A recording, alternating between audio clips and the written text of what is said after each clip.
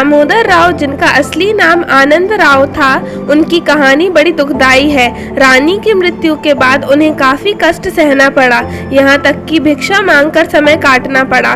दानी भिखारी बन गया। जिसने कभी सूखी रोटी का नाम नहीं सुना, उसे सूखी रोटी खानी पड़ गई। कोमल शैया की जगह पथरीली मिट्टी पर खुले आसमान के नीचे सोना पड़ा।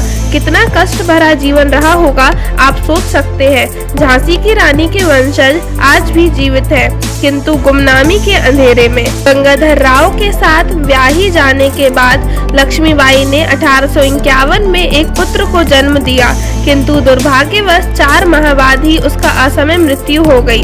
पुत्र के मृत्यु पर्यंत झांसी के राजा गंगाधर राव भी बीमार रहने लगे।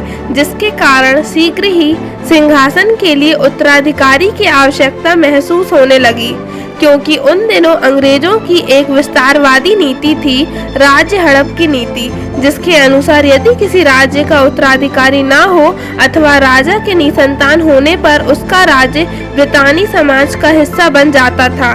रानी लक्ष्मीबाई के बेटे के निधन के बाद 19 नवंबर 1853 को 5 वर्षीय आनंद राव को झांसी के उत्तराधिकारी के रूप में गोद लिया गया, लेकिन ब्रिटिश सरकार ने इसे नहीं माना और झांसी 1853 में अंग्रेजी साम्राज्य का हिस्सा बन गई।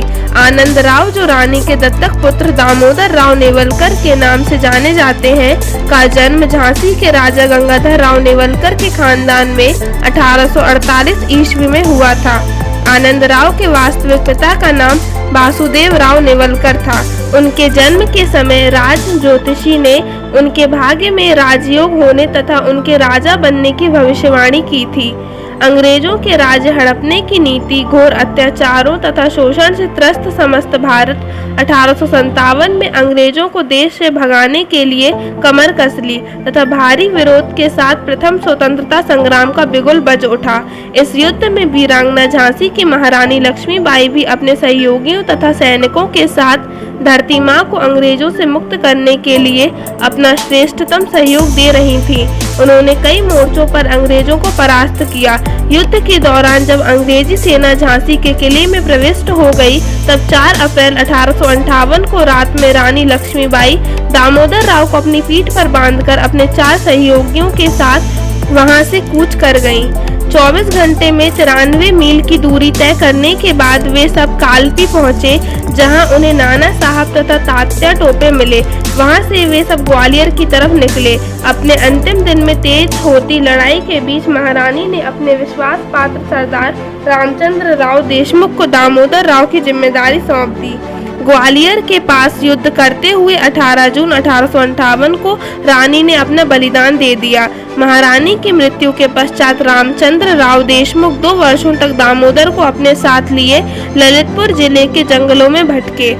रानी की मृत्यु के 3 दिन बाद तक ग्वालियर में छिप कर रहने के बाद रामचंद्र राव देशमुख तथा रघुनाथ सिंह के नेतृत्व में युद्ध में जीवित बचे रानी के 60 विश्वास पात्र दामोदर राव को लेकर चंदेरी की तरफ प्रस्थान कर गए।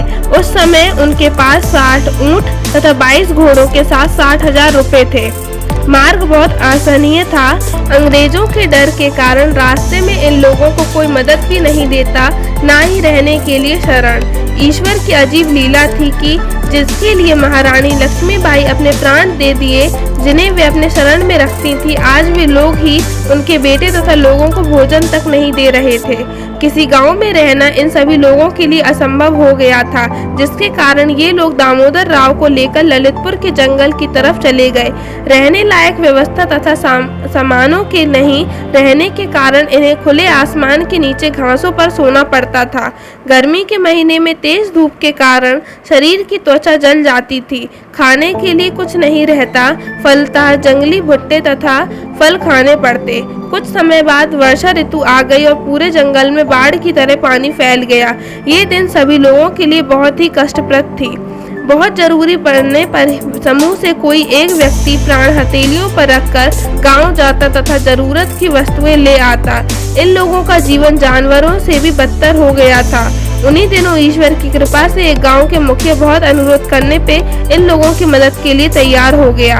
वो 500 रुपया हर महीने, साथ ही 9 घोड़े और 4 ऊँट देने के बदले इन सभी 60 लोगों के लिए आवश्यक वस्तुएं, भोजन सामग्री तथा अंग्रेजों के बारे में जानकारियां देता था।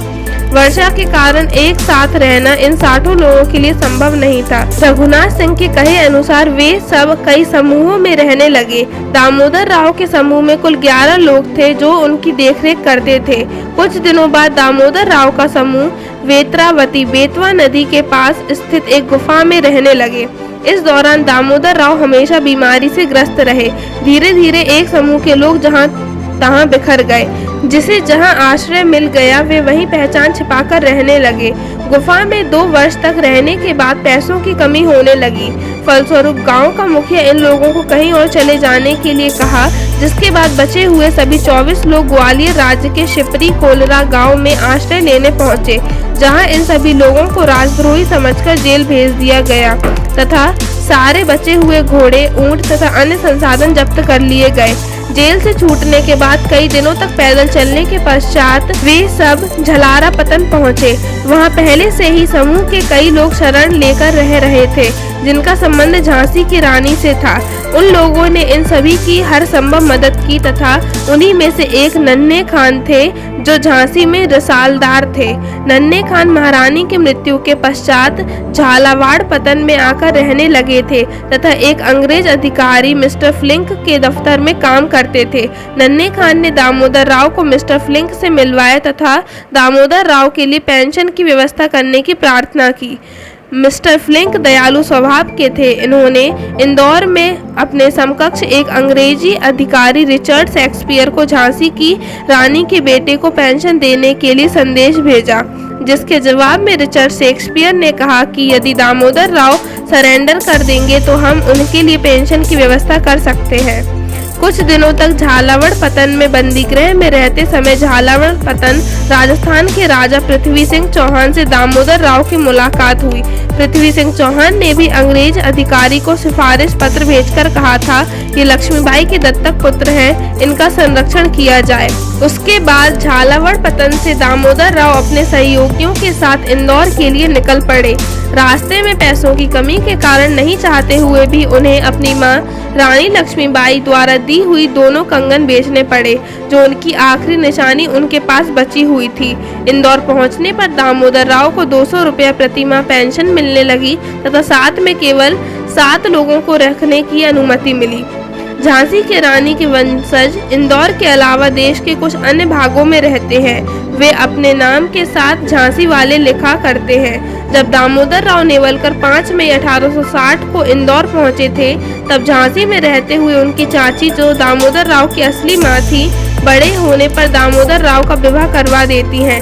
लेकिन कुछ ही समय बाद दामोदर राव की पहली पत्नी का देहांत हो जाता है।